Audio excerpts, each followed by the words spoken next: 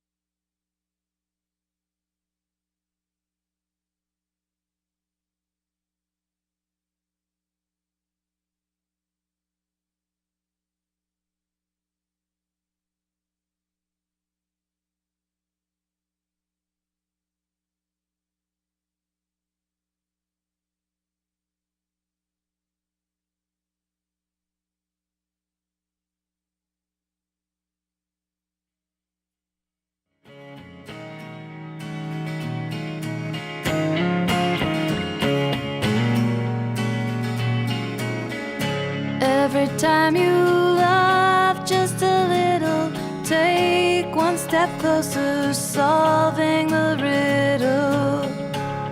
It echoes all over the world.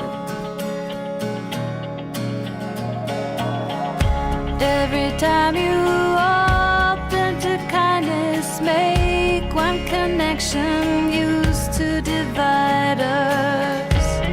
It echoes over the world.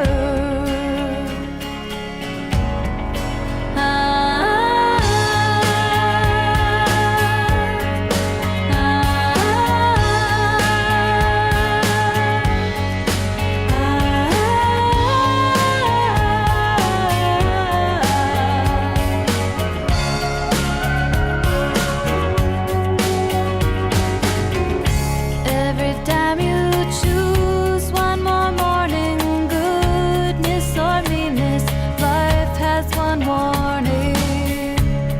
It echoes all over the world. When a leader gets the hungry fed food, when you just make love inside your bedroom, it echoes all over the world.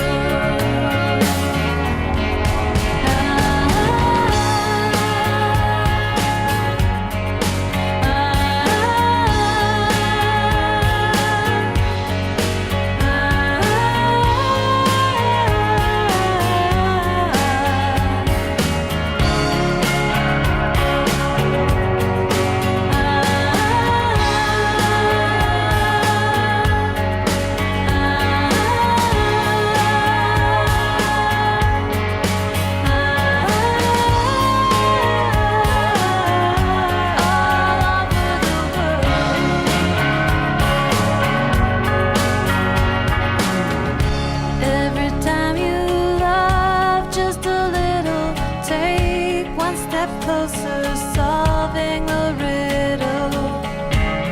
It echoes all over the world. It echoes all over the world. It echoes all over the world. It echoes all over the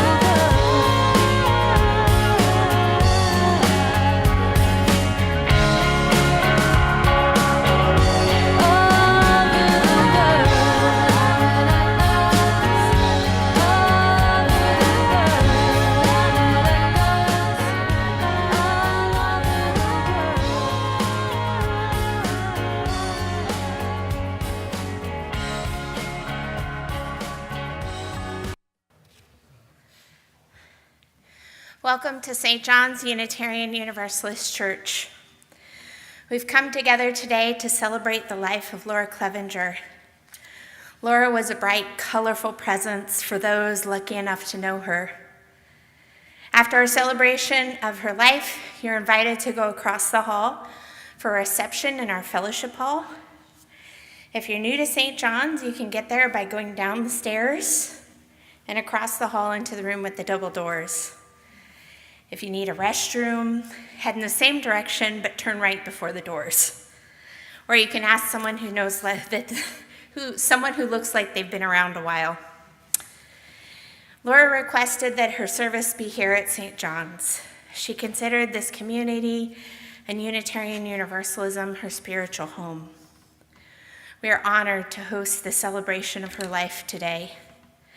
Here at St. John's and in Unitarian Universalist congregations, we start our worship services and services like this with a chalice lighting. But before we do that, I invite you to silence or turn off your cell phones.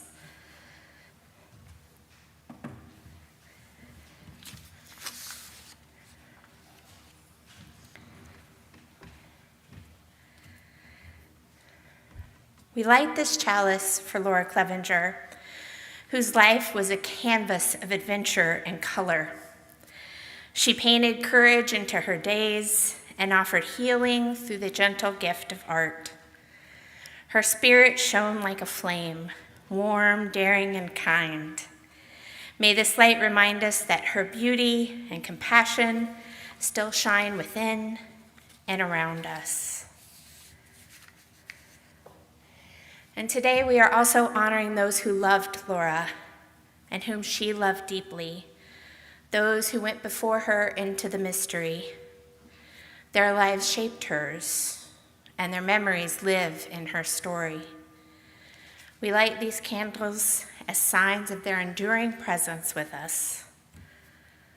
A candle for Michael, her beloved husband, whose companionship and devotion were a light that was far too brief. A candle for Harold, her father, who gave her roots of strength and wisdom. A candle for Retha, her mother, who nurtured her creativity and compassion. A candle for Neil, her brother, who shared with her the bonds of family and laughter. As these flames shine, so do their lives continue to shine in our hearts. And as their light joins with Laura's own, may we be reminded that love never ends.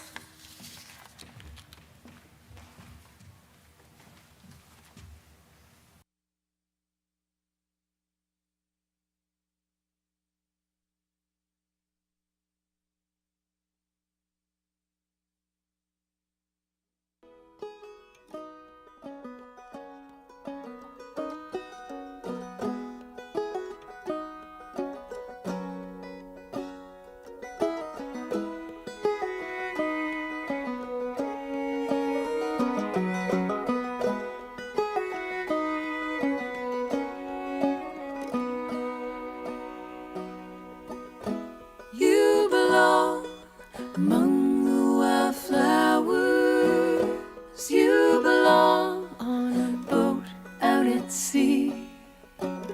Sail away, kill off the hours. You belong somewhere you feel free. Sail away, go find a lover. Go away, somewhere brand new. I've seen no other that compares with you. You belong among the wildflowers. You belong on a boat out at sea.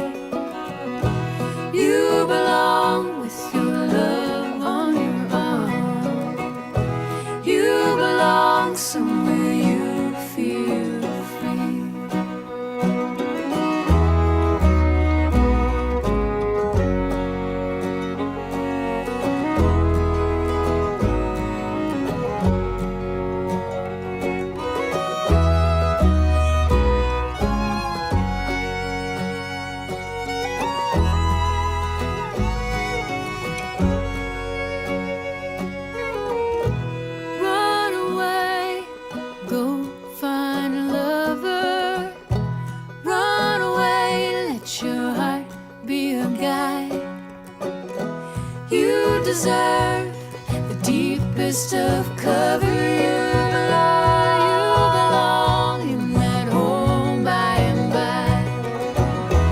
You belong among the wildflowers. You belong somewhere close to me, far away from the trouble and worry.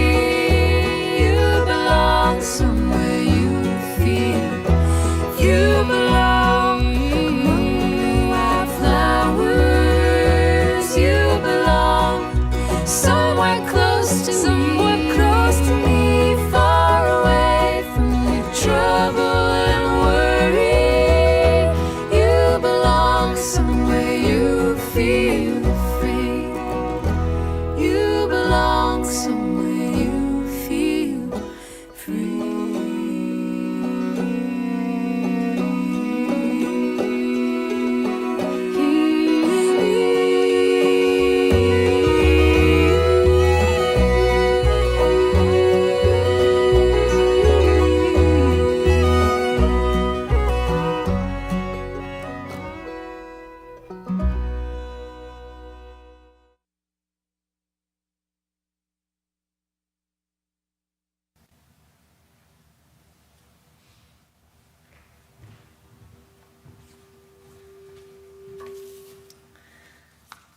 It's probably not a surprise that Laura chose a poem that we all know, The Road Not Taken. 2 roads diverged in a yellow wood, and sorry I could not travel both and be one traveler. Long I stood and looked down one as far as I could to where it bent in the undergrowth. Then took the other, just as fair, and having perhaps the better claim, because it was grassy and wanted wear. Though as for that passing there, had worn them really about the same. And both that morning equally lay in leaves no step had trodden black. Oh, I kept the first for another day. Yet knowing how way leads on to way, I doubted if I should ever come back. I shall be telling this with a sigh, somewhere ages and ages hence. 2 roads diverged in the wood, and I took the one less traveled by, and that has made all the difference.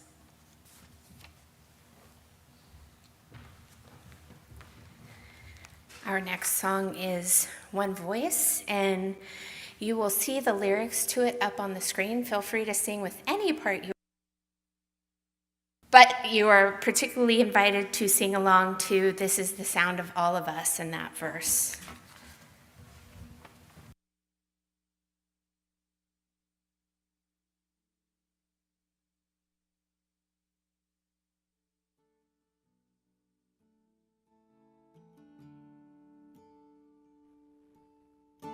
This is the sound of one voice,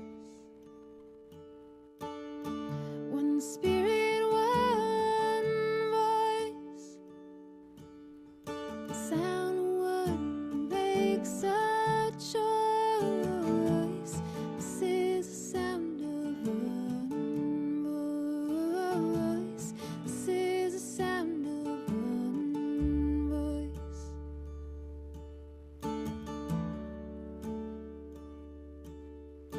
This is the sound of voices too. The sound of me singing with you, helping each other to make it through. This is the sound of voices too. This is the sound of voices too.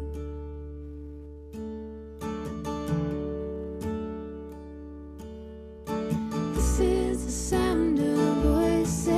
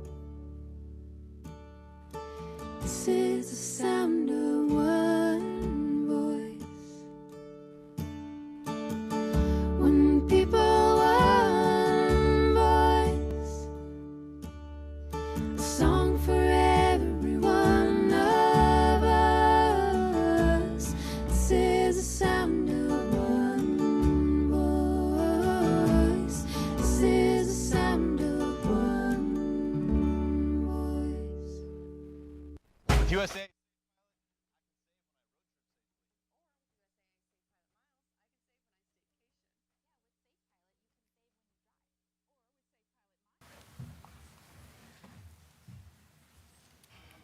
So I'm going to read When Great Trees Fall by Maya Angelou.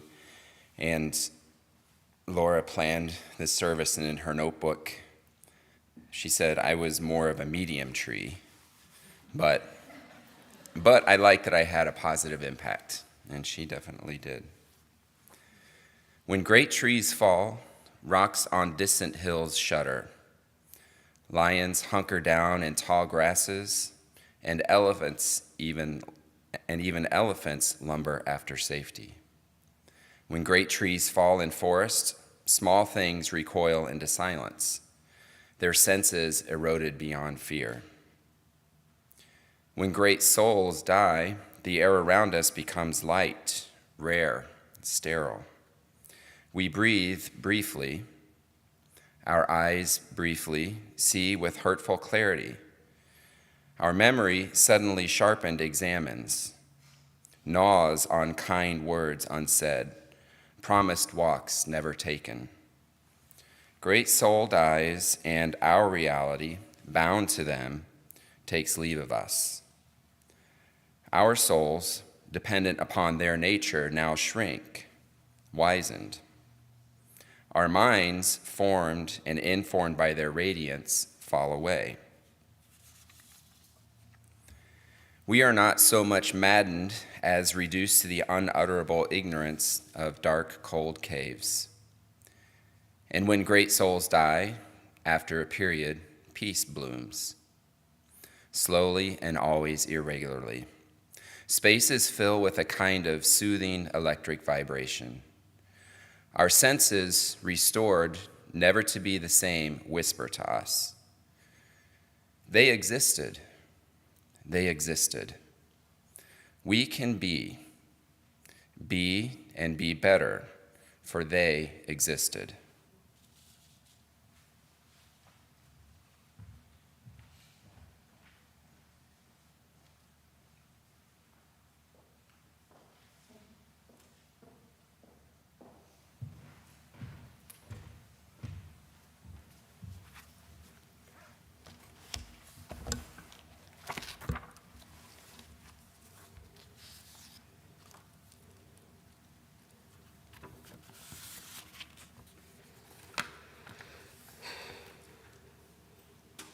It is with great honor we join to celebrate and remember Laura Clevenger. I apologize for that feedback. Somebody's talking to me. I'm reminded of Howard Thurman's thoughts when I think on the person of Laura, her essence. Don't ask what the world needs. Ask what makes you come alive and go do it. Because what the world needs is who have come alive. Wasn't Laura just like that? She was the hallmark of music, art, joy, laughter, passion, and people. As we embrace the hardship of losing her in real life voice, touch, and ongoing banter and care, I encourage us to bring with us the parts she brought to us. Some of the words are listed here in a beautiful writing Hope asked me to read. And its written title is And She Was. And she was an artist. Anyone who met Laura soon realized she approached life artistically, in thought, in dress, in perception. She saw beauty in most anything.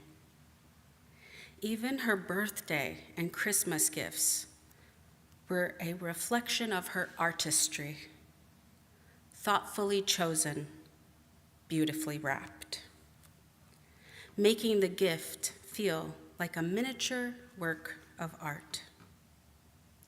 Much of what she created throughout her adult life, she called bundles, inspired by the patchwork of Kentucky farms we loved seeing on the way to our family cabin on Lake Cumberland.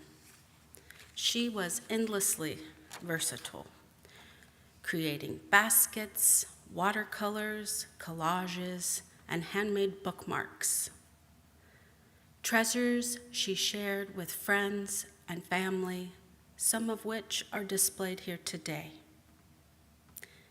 Even scraps of fabric or empty Kleenex boxes could be transformed into something wonderful in her hands. I'm 12 years younger than Laura, so most of what I know about her in childhood came from stories she told me. She taught herself to ride a unicycle, and not just anywhere, but we were surprised to learn that she even learned to ride it on a teeter-totter.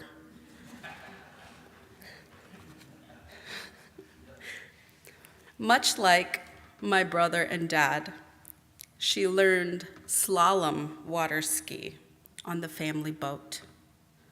And in college, she went spelunking in Buckner's Cave. And later, hiked sections of the Appalachian Trail.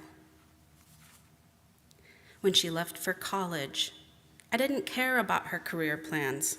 I was 7. I cared that she wouldn't be there to play games and set up Barbie's dream house with me. Though I'll admit, I was a little excited to be spared from sitting still for charcoal portraits in our hot garage. But in true fashion, Laura's fashion, even from afar, she influenced my life. If it hadn't been for her asking me one day about college applications, I might never have gone myself. She discovered art therapy long before most people had heard of it and knew instantly it was her calling. She planned her schooling early and stuck to it. I always admired how she found her path so young and with such passion. We, her family, would sometimes say, "Why don't you change jobs? Find something that pays more and has better hours." She would answer, "I love my job. I love my coworkers. And where else could I be that I can donate?" Dance, yoga, and some music in the same job. So she stayed in community mental health her entire career. In DC, she worked at Walter Reed Hospital, where she witnessed deep healing. Then a day treatment school for children with mental health and behavioral challenges. And most recently, Twin Valley Behavioral Health Care in Columbus. This past year, she was proud to see her profession in Ohio finally gain independent licensure. And she was determined to maintain her art therapy license, even when bedbound. Laura's work was more than a job. It was her mission. She believed in purpose and people over profit, and surrounded herself with colleagues who shared that belief. She was authentic, inspiring, and easy to talk to, making people feel truly seen and cared for. And she carried that same compassion into her personal life, helping friends and family navigate challenges with patience, insight, and unwavering support. Her adventurous spirit matched her artistry. She ran 10Ks, 5Ks, danced through Zumba classes, and practiced, and sometimes taught, yoga for 30 years. She said living in DC turned her Midwestern upbringing on its side because it opened her to diverse cultures and foods. And she stepped fearlessly outside her comfort zone to live and work in challenging environments. Over the last few months, Laura kept a purple notebook filled with important notes, calls to return, grocery lists, medication numbers, a list for those shopping at Laura's house so she could share her things, and more solemnly, her wishes for her memorial and where to scatter her ashes. In the middle was a list of accomplishments she was most proud of. Founding member of the Front Street Studio in Dayton, Ohio, which is part of the Dayton Visual Arts Center. Member of Gallery 99 in Mount Adams. Artist whose work could be seen in a mural at Findlay Market, as well in Books and Company, local restaurants, and WCET studios. And lastly, mentor to young artists through work at the Emmanuel Center.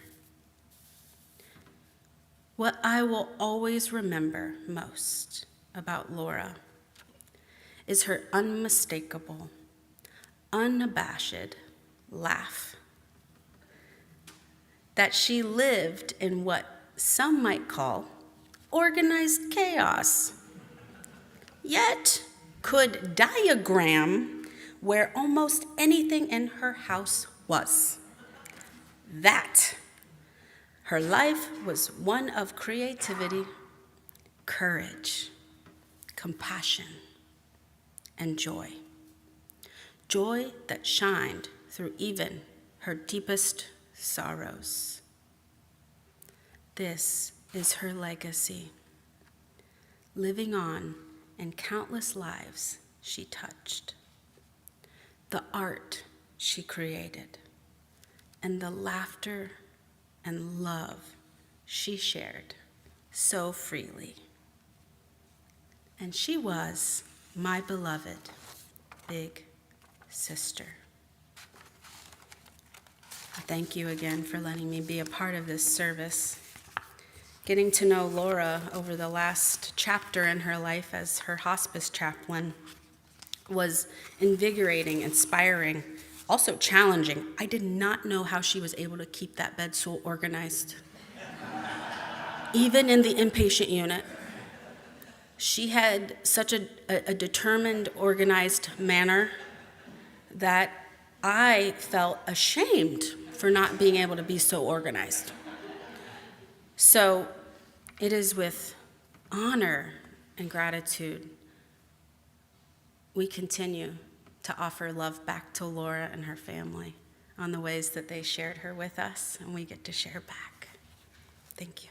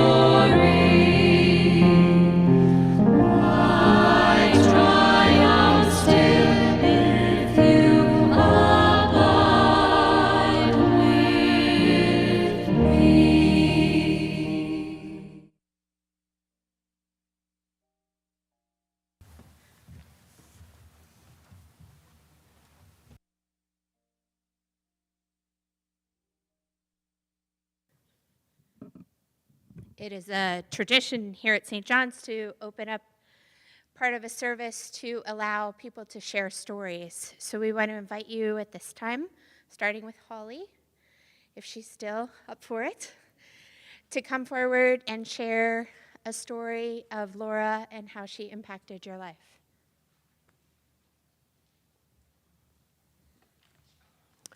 Hello, everyone. My name is Holly, and I am Laura's cousin. Our fathers were brothers, and I am cousin, of course, to Hope as well. Some of you may be familiar with the book Tuesdays with Maury by Mitch Albom. Mitch tells the stories of his Tuesday visits with a former professor. Well, instead of Tuesdays with Maury, I had Wednesdays with Laura. Nearly every Wednesday since mid-January of this year, I spent the afternoon with my cousin Laura. She had entered hospice care, so at first I visited her at Hope and Randy's place, and then at the inpatient hospice in Blue Ash.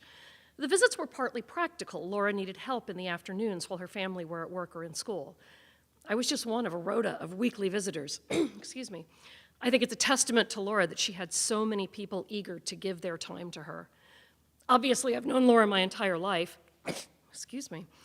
But these Wednesday visits allowed me to know her in a new way, and I'd like to share some of the things I learned about her on those peaceful Wednesdays. First of all, I developed a greater appreciation of Laura's artwork. I had always admired the pieces I saw at her parents' house, like a large portrait of Hope as a toddler they had hanging over the mantel, which is currently hanging in the lobby right now, and the watercolors she'd done of a corner of the enclosed porch down at the cabin at Lake Cumberland. But I got to see some more recent and personal creations during these afternoons, including a couple of art journals that she created. I was awed by her creativity and artistic eye. She instinctively knew how to put elements together in a visually striking way. We shared a love of crafting, and during most of our visits, I'd be working on my latest cross-stitch project while she created cloth baskets and collaged paper tags. She used scrap paper words and images cut from magazines and other bits and pieces to create items so much greater than the sum of their parts. And her organizational system for her crafting supplies was inspirational. Everything had its place, and she knew where everything was. Under her influence, I have now begun organizing my own chaotic craft supplies. And every time I can go right to a certain pair of scissors or a scrap of wrapping paper, I think of her. We also had incredibly meaningful discussions. Some of these centered around our family. Our dads were brothers, and it was remarkable to get each other's perspectives on them and their relationship. We also talked about our mothers, siblings, grandmother, and other family members. And sharing those memories was both comforting and insightful. Our conversations also showed me that Laura was reconciled to the idea of her eventual passing. I asked her once if she had any regrets.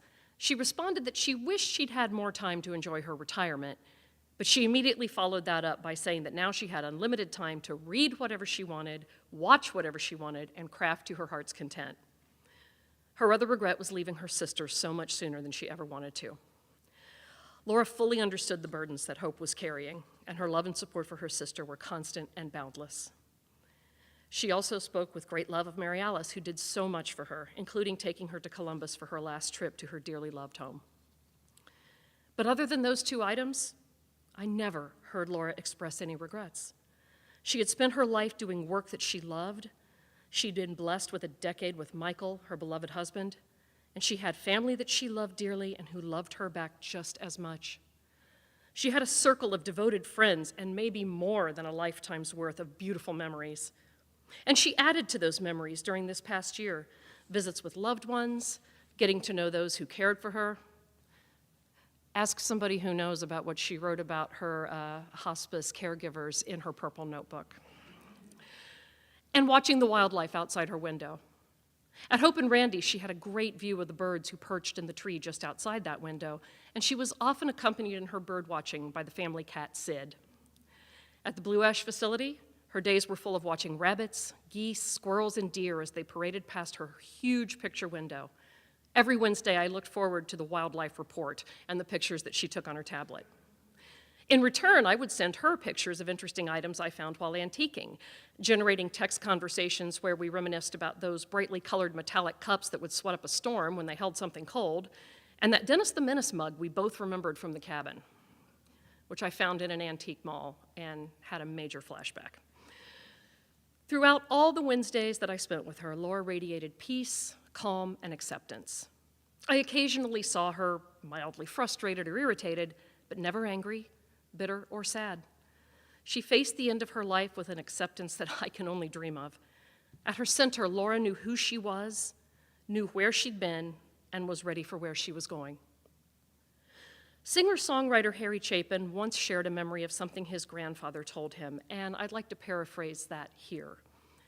There are two kinds of tired, good tired and bad tired. Bad tired happens when you spend a day winning other people's battles and following other people's agendas. At the end of the day, there wasn't much of you in it. And when you go to bed at night, you toss and you turn and you don't settle easy. Good tired happens after a day when you fight your own battles and you chase your own dreams.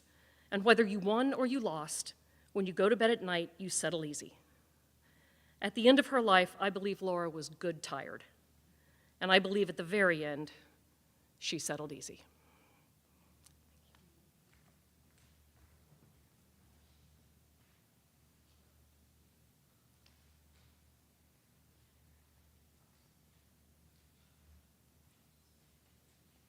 Hi, my name's Ann. I'm a friend of Laura's. We met here at this church, and I've been a friend of hers for over 35 years.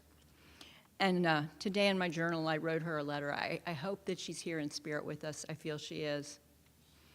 Dear Laura, to quote a favorite song of mine by the Kinks, thank you for the days. We had fun together. We talked and laughed and talked some more. I will miss your flair and style and quick wit. I will miss your stories with their twists and turns and loops that always arrive back to the original point. I will miss your amazing ability to listen deeply and pull out the tender things and say the right words that help me go on. I will miss your amazing optimism and stamina that faced great loss and grim odds with choosing and shows hope and living and art and friendship.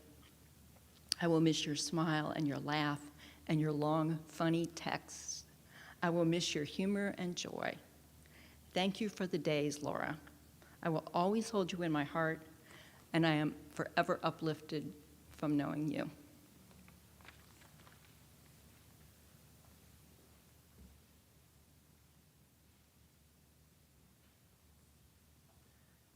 My name's Marilyn, and Ann mentioned that a group of us met here at St. John's over 35 years ago. There are 5 of us, and I was blessed to know Laura through coming to St. John's. And I wish her organization would rub off on me, so I have notes like Holly and Ann. But and just thinking of some things, our 5-some got together often for a lot of art things and a lot of Christmas cookie decorations at Teresa's home. And I remember I was challenged to make polka dots on my cookies. Laura's cookies would look like pieces of art. And I just remember going into Laura's first home in Pleasant Ridge and her home in Columbus as well. It was just so cute. She just had baskets and just the little touches. And I just wish some of that would rub off on me as well. But she inspired me with her creativity. And the other thing is I'm fortunate to have some recipes in her handwriting. She was such a good cook. I think she did a lot of vegetarian things before it was kind of a thing, and I just love some of the soups and salads and beans, and I think she did things that were just so creative, and I just love her creativity, and I'll miss everything that Ann said too. Her stories that go in loops and more loops and more loops, and her bedside organization, maybe that, I did visit her at hospice too, as one of the team of warriors that went up to help her, and I'll miss her organization, and maybe I'll get some of that.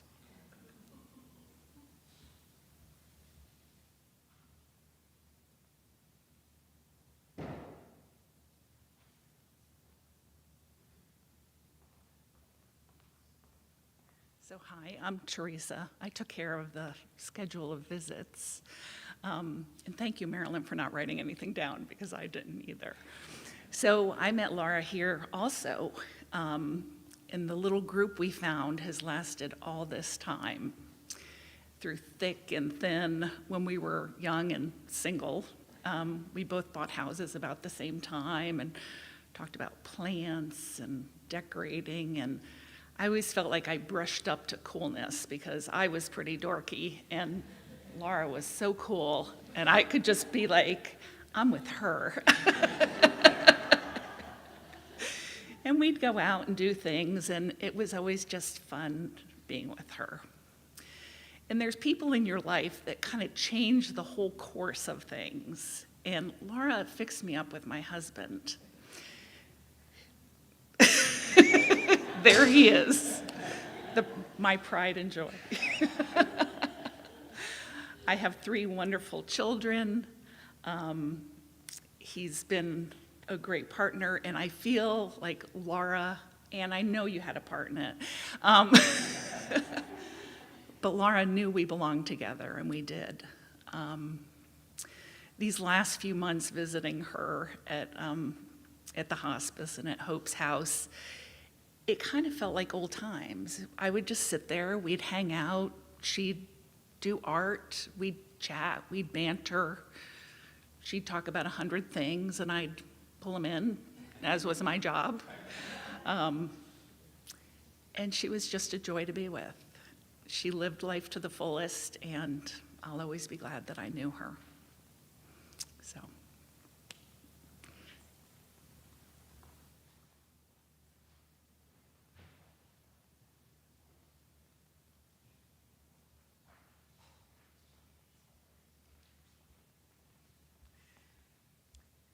Hi, I'm Laura Hauser, one of the other Lauras, and worked with Laura at Twin Valley Behavioral Health Care. She was just an incredible art therapist, and I know I learned so much from her. We all learned so much from her. I had the pleasure of working with her in some of the referral groups that we offered to some of our clients at the hospital. And she had so many gifts as a clinician, and I think she was so proud of that. Like, she really embodied art therapy and everything that it meant, and it meant so much to her. She was dedicated and loyal to the patients she served first and foremost, to her unit, to her department, and to the hospital in general. Even when it was difficult, she stuck in there because it meant, that's what she was meant to be. She was patient even with the most challenging patients that she worked with. They could make her tear her hair out and want her, make all of us kind of knock our heads against the wall. And she just kept going with patience and grace. And she saw the best in them and helped them see it too. She took her job seriously, which was evident in all of her clinical writing and all of the work that she did with the patients. Her treatment planning even, it was next level, really, seriously. One of us, all of us would have an intervention that we would do, like a certain group with a certain group of patients, and this is the reason why we were offering that intervention. But Laura would have 3 different interventions. Well, if I'm working with a patient with these limitations or these needs, this is why I'm doing it. And if it's this patient, it's going to be a different intervention. And she just always went above and beyond. She was always part of our winter holiday shows, and we would offer these services to the patients that came in and were there over the holidays with us, and some of us spend years with us, and the holiday show was a big deal, and she made it even bigger. She was part artist all the time. She created beautiful, beautiful everything. These windows and just turned the gym, which is where the programs would be held, into these magical places that you really felt transported. She was also part engineer, like her brother Neil. She created things that you wouldn't think you could be able to do using only safe objects like cardboard, 3D trees that stretched up to the ceiling, and mosques so that people of all different faiths and practices and cultures could feel included in the services. She was a staff choir regular with us, and a second alto with me, and she was always a wonderful doo-wopper. And always, always an art therapist. She could take anything and turn it into a recovery topic. One of the groups I did with her was called World Music and Art.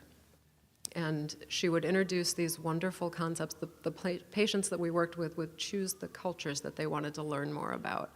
And she would bring that material and make it accessible with detailed instructions. Like, she would spend hours and hours outside of group prepping and doing all the group work so that they could access the material that she wanted them to see. Whether it was Japanese tattoos or Greek architecture or Chilean aparillas, which are story cloths, or beading from Kenya, she brought it to the patients. She made it mean something to them and showed them those other cultures that they might never experience otherwise. And also brought room for individual self-expression, for creativity, and created a safe space to talk about the heavy themes that we were there to talk about. We talked about healing and personal growth and forgiveness. She helped them build a sense of self where sometimes there wasn't much of one. She helped them take responsibility and teach them coping skills. She helped them feel a sense of belonging through community. Always mindfulness and purpose and worthiness. And at the end of the day, gratitude, which was one of the things that I will always remember most about Laura. She was grateful, and she shared that gift of gratitude with everyone in her life. And at one of our visits just this past spring at Hope and Randy's house, I was just recounting how much all of this meant to me, to get to learn from her and grow with her. And I just was telling her, what you did at the hospital was truly incredible, truly remarkable. What you gave to the patients and to all of us as we watched you work was just breathtaking. It was beautiful and so meaningful. And she said, I thought that's what we were supposed to do.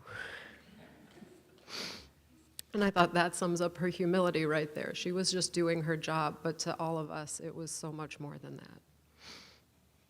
And then, outside of work, I know I will always remember and love and miss her as a dear, dear friend who was constantly supportive through listening, through creating a self space even for us, for showing up through the years at all the events and my kids' events, for accepting invitations to concerts and dinners and fun things, and for being dependable and loyal and trustworthy and caring and empathic and kind and good. Her family has said that she had the best friends, and I think that makes a lot of sense because Laura was the best friend to all of us. And I remember I'll end with this, the last time I went to see her at hospice, she had the rainbow shoes that you saw in the lobby perched on the windowsill. And she'd had them there, and one of the hospice employees came in and admired them.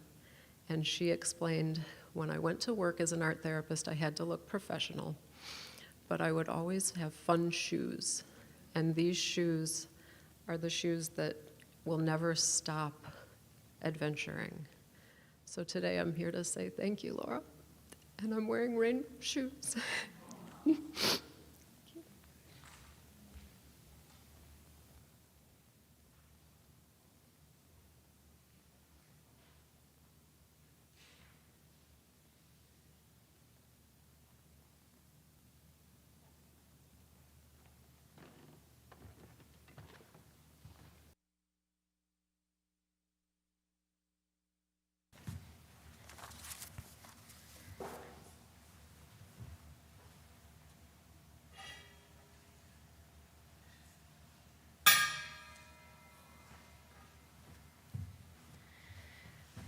Though we extinguish this flame, we do not extinguish the light that Laura kindled among us.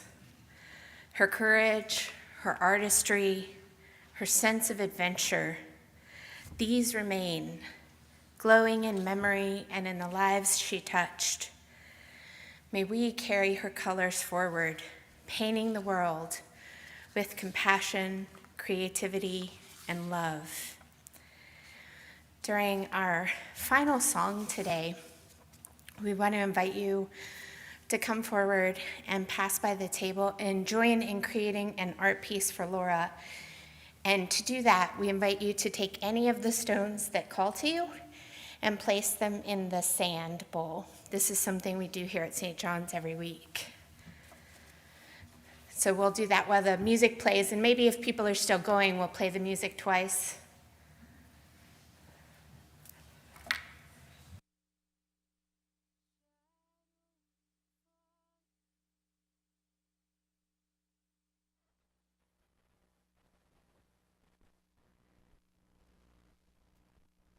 And I'm running out of breath. Keep me in your heart for a while. If I leave you, it doesn't mean that I love you any less. Keep me in your heart for a while. When you get up in the morning and you see that crazy sun, keep me in your heart for a while. There's a train leaving nightly cold when all is said and done. Keep me in your heart for a while. Sha-la-la-la-la-la-la-lo. Keep me in your heart for a while. Sha-la-la-la-la-la-lo. Keep me in your heart for a while. Sometimes when you're doing simple things around the house, maybe you think of me and smile. You know I'm tied to you like the buttons on your blouse. Keep me in your heart for a while. Well, hold me in your thoughts, take me to your dreams, touch me when I fall into view. When the winter comes, keep the fires lit, and I will be right next to you.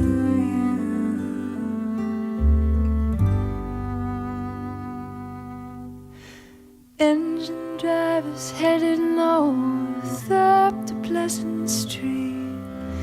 Keep me in your heart for a while. These wheels keep on turning, but they're running out of steam.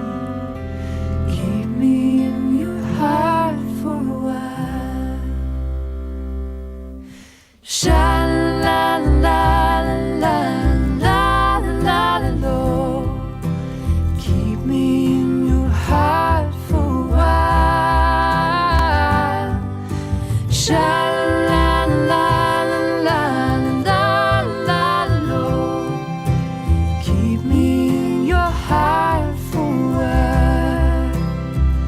Oh, keep me in your heart for a while. Keep me in your heart for a while.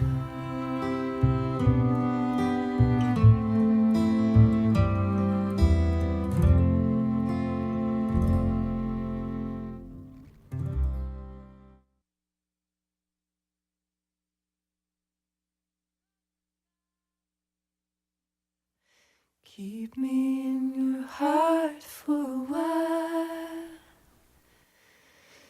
If I leave you, it doesn't mean that I love you any less. Keep me in your heart for a while.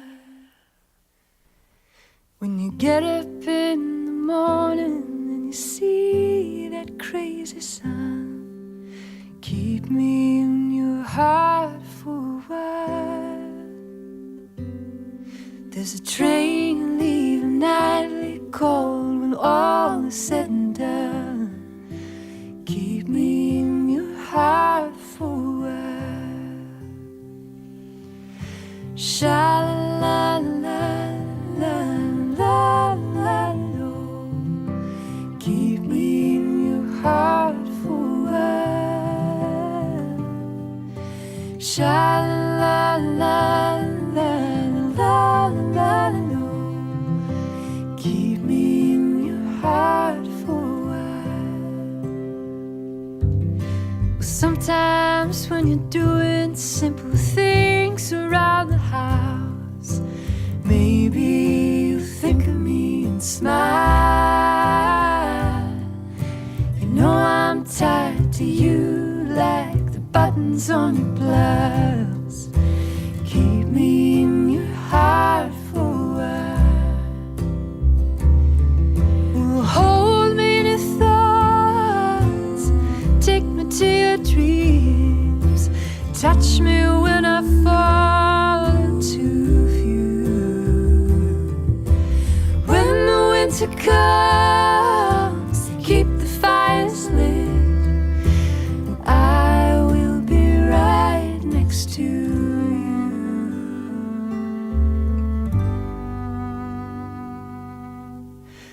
Engine drivers headed north up to Pleasant Street. Keep me in your heart for a while. These wheels keep on turning, but they're running out of steam. Keep me in your heart for a while. Sha-la-la-la-la-la-la-la-la-la-la. Keep me in your heart for a while. Sha-la-la-la-la-la-la-la. Keep me in your heart for a while. Oh, keep me in your heart for a while. Keep me in your heart for a while.